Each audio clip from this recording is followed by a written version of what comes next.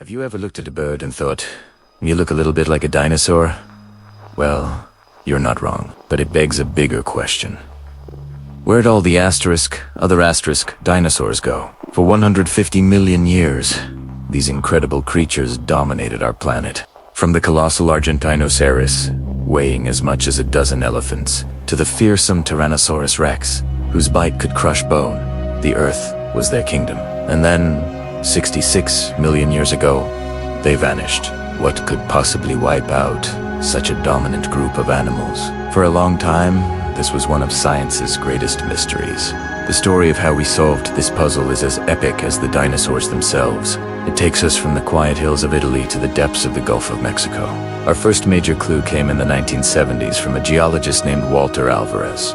He was studying a peculiar layer of clay in the rocks near Gubbio, Italy. This layer, found all over the world, marks the exact boundary between the Cretaceous period, the age of dinosaurs, and the Paleogene period, when mammals began their rise. It's called the KPG boundary. Alvarez noticed something strange about this thin layer of clay. It contained incredibly high levels of an element called iridium. Now, iridium is super rare on the Earth's surface, but it's much more common in asteroids and comets. This was the aha moment. Alvarez and his father, Nobel Prize-winning physicist Luis Alvarez, proposed a radical idea. What if a massive asteroid, maybe 10 kilometers wide, slammed into the Earth? The impact would have been catastrophic, vaporizing the asteroid and a huge chunk of Earth's crust, and blasting a colossal amount of debris including that telltale iridium into the atmosphere. This debris would have spread around the globe, creating the very layer of clay they were studying. It was a brilliant theory, but it was missing one crucial piece of evidence. The crater. If an asteroid that big hit the Earth, it must have left a massive scar. But where was it? The search was on, and in the 1990s, scientists found it, hidden beneath the Yucatan Peninsula in Mexico. Partly underwater in the Gulf of Mexico was a giant impact structure over 180 kilometers wide.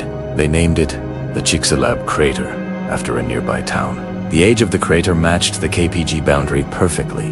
This was the smoking gun. The asteroid impact theory went from a wild hypothesis to the leading explanation for the mass extinction. So, let's paint a picture of that terrifying day. An asteroid the size of Mount Everest hurtles through space at tens of thousands of kilometers per hour. It slams into the shallow waters of the ancient Gulf of Mexico with the force of billions of atomic bombs. The initial blast would have incinerated everything for hundreds of kilometers. It triggered unimaginable earthquakes, 1,000 times stronger than any we've ever recorded, and colossal tsunamis that washed across continents. But the immediate destruction was just the beginning. The real killer was the aftermath, the immense heat from the impact, and the re-entry of superheated debris raining back down from the sky would have started global wildfires. The sky would have turned dark as a thick cloud of dust, soot, and sulfur blocked out the sun, not just for days or weeks, but potentially for years. This was an impact winter. With the sun blocked, temperatures plummeted. Plants, the foundation of the food chain, couldn't perform photosynthesis and died off on a massive scale. First, the plant-eating dinosaurs, the herbivores, like Triceratops and Edmontosaurus, would have starved, and without the herbivores to hunt, the carnivores, like T-Rex, would have soon followed. It was a chain reaction of extinction. Only the small survived. Animals that were small enough to burrow, or that could survive on scraps, like insects, decaying matter, or seeds, had a chance. This included some of our earliest mammal ancestors, small, shrew-like creatures scurrying in the shadows. However, the asteroid might not have been the only culprit. The story might be a bit more complex. Around the same time, on the other side of the world in what is now India, there was a period of intense volcanic activity. We're not talking about a single volcano like Mount St. Helens.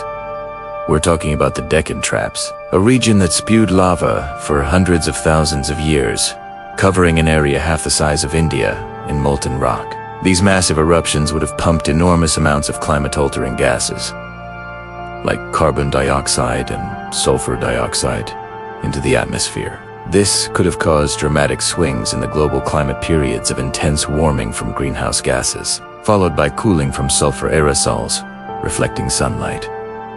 So, which was it? The asteroid or the volcanoes? For a while, scientists debated this. Was it a 1-2 punch?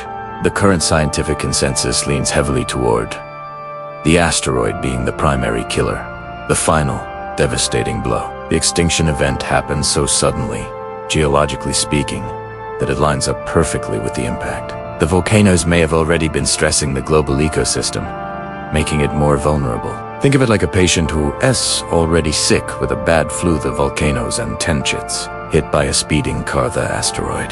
The combined effect would have been overwhelming. The dinosaurs' world was already becoming a tougher place to live, and then the asteroid delivered the knockout punch.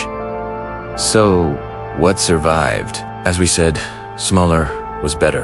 Crocodiles and turtles, which could live in freshwater environments and had slower metabolisms, managed to pull through. And, of course, a very special group of dinosaurs survived. The birds.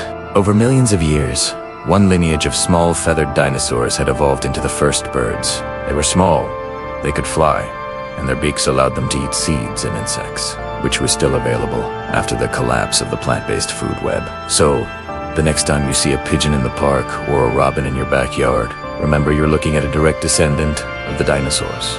They didn't completely disappear.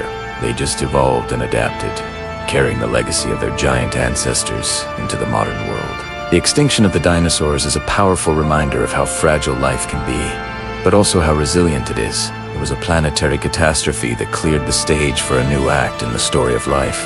Without that asteroid, mammals might have never had the chance to diversify and thrive.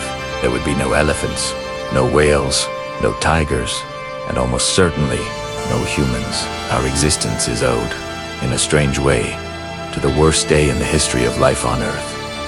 It's a story of cosmic chance, planetary destruction, and incredible rebirth.